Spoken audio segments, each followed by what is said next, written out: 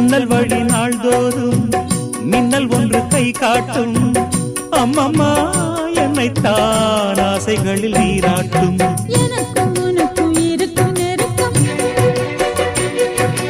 இளமை தொடங்கி முதுமை வரைக்கும். இரவும் பகலும் உறவை வளர்க்கும், இடையில் இருக்கும் தடையை தகர்க்கும்.